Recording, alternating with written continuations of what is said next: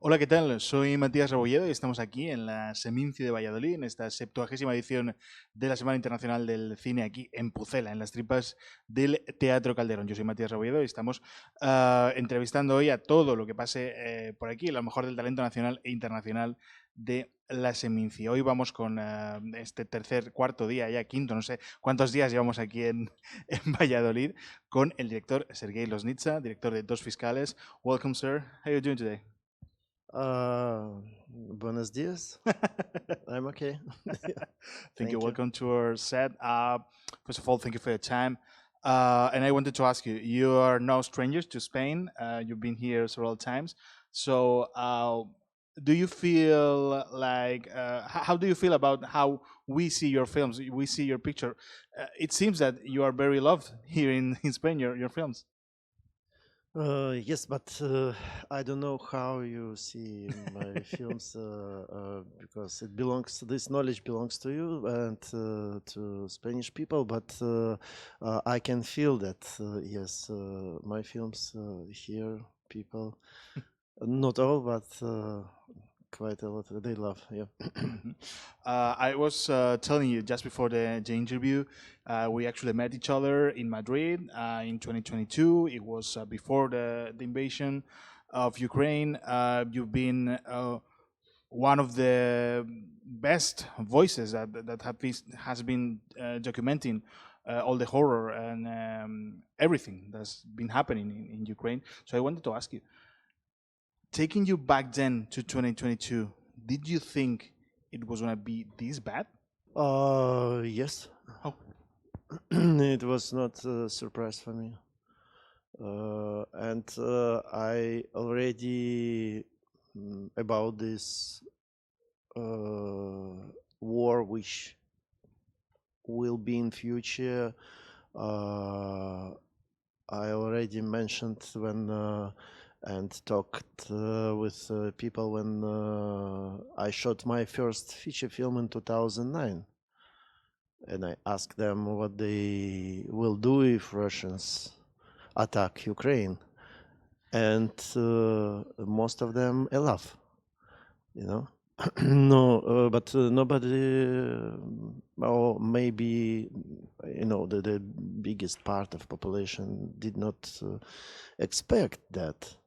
When I called my parents before invasion, and the last plane, I asking them, please just use this last plane and come to me to Berlin, and they said, "You're crazy. It's never happened like that." And it was shock. It was shock.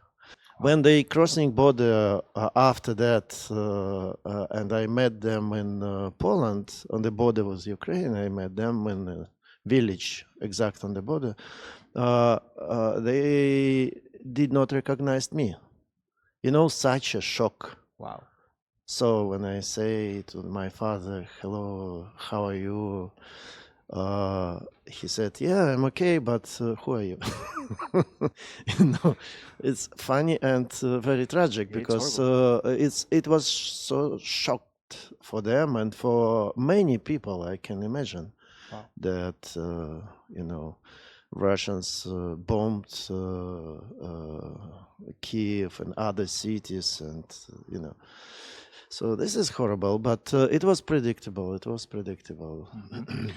And now, with so many peace talks or so-called peace talks, I wanted to ask you: do you see any possible outcome that involves Putin or Russia taking a step back in their pretensions of land? Do you see any better possible outcome, or any good possible outcome in this situation?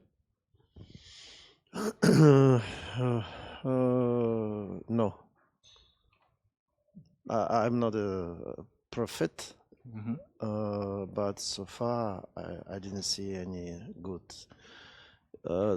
I think that now it's too late.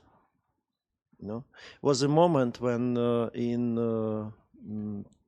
this year, in 2022, in March, when they started negotiation, when Ukraine army beat Russians. Mhm.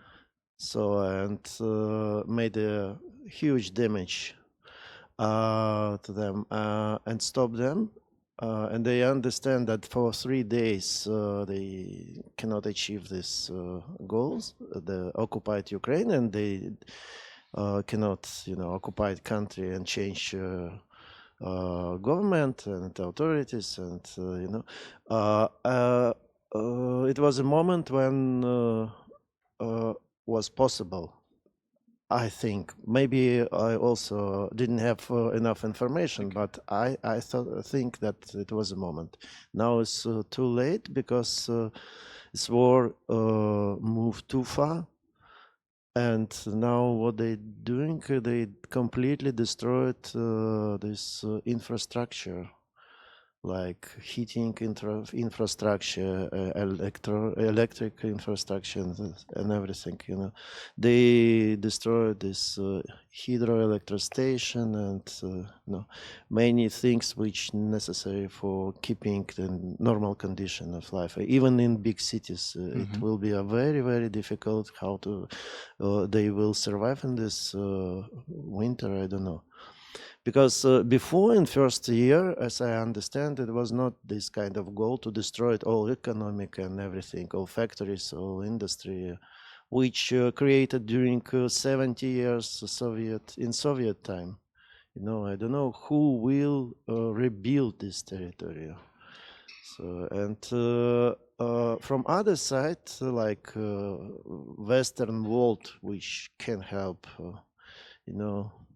they are just yes, they help somehow, but it's drop by drop. It's not enough, and even it's not enough to stop this war. Well, let's talk about the motive. You're here. You are here presenting Two Prosecutors, the movie premiere at Cannes, with a huge ovation. I was in the in the room there, and I wanted to ask you, how and when did you start to work on this film? I prepared after I made film Donbass. We prepared film Babi Yar context about Holocaust during Second World War in Ukraine. Babi Yar, film Babi Yar context I did before, and we thought to shoot in 2020, and it was COVID, as you remember. It's a big epic film, and after that in 2022 we also were close to start this film, and war started, began. And after I made film about this war and about people, how people survive in Ukraine. It is a film Invasion. It was here last year in program, and a year ago finally we find money for film Two Prosecutors, and I thought about this long time. After I made film based on archive footage, which named Trial Process. It is a film about the trial, Stalin's trial, against innocent professors, academic and ministers from Soviet power and from Soviet authorities who accused themselves on the public trial in front of 1,500 journalists and visitors, or people who just observe this, or watch this, or participate in this trial, that they made diversion and sabotage against proletariat and Soviet power. It was absolutely fake, absolutely they are innocent people, but why? The question why they did this publicly and what happened with them in the prison, it was a still question. And I would like to make a second film, feature film about or touched this topic and show what happened and how this system work. Show the model of that system, model of this mechanism, repression mechanism, and I find for that very good book, novel by Georgy Demidov, and he was in concentration camps in Soviet Union 14 years, was arrested in 1938, and he wrote this book in 68, and first publication, first time this novel released and was published in 2008. Wow. Can you imagine? 40 years, because KGB arrested his manuscript, and after that his daughter fighting for receiving it, getting it back, and so long time.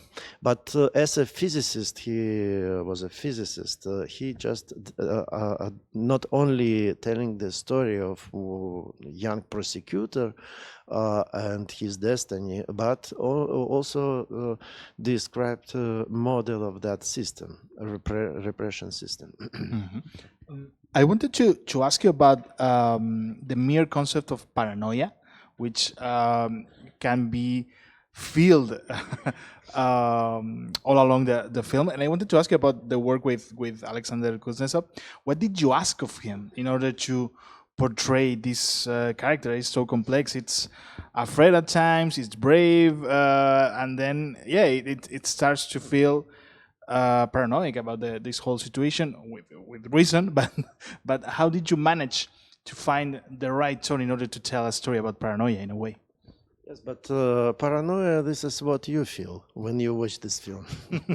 It's not means that people who participate in that, they have this feeling. For that, you have to step out from situation and observe situation from a side. But I don't have to explain anything to everybody who participate, because everything, the knowledge about this situation and about this kind of people and characters in our blood. We know it from, I don't know, this mother milk.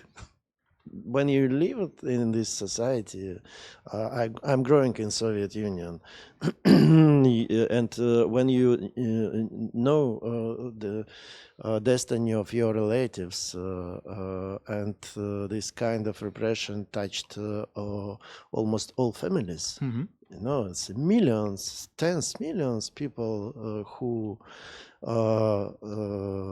direct on indirect way touched by this repression, and you know how to be and how to express it on your face and body and etc. So, but and also he's a great actor, like other actors the actor who play main prosecutor is role Vyshinsky. He looks like Vyshinsky, and he play all kind of this kind of bureaucrats also. It's typological, you know, this behavior. And he now he is an actor in Tel Aviv and Theater Gesher, and he also, like Alexander Filipenko, like Alexander Kuznetsov, left Russia after invasion, and yes, they try to find a way here in Europe how to survive and how to act, and you know, they are all great actors. From great acting school. Well, it's a great film. That's our time for today, Mr. Loznitsa. Thank you for your time. I know you have a busy agenda today, so we'll let you go. Thank you for your time, and let's hope the best for the film. Thank you. Thank you so much. Nosotros, ya sabéis, vamos a seguir aquí en Kinótico, en el Festival de Valladolid, esta 70ª edición de la Seminci, en el corazón del Teatro Calderón, para contaros todo lo que ocurra en el festival. Todo, ya sabéis, en kinótico.es, la primera con K, la segunda con C.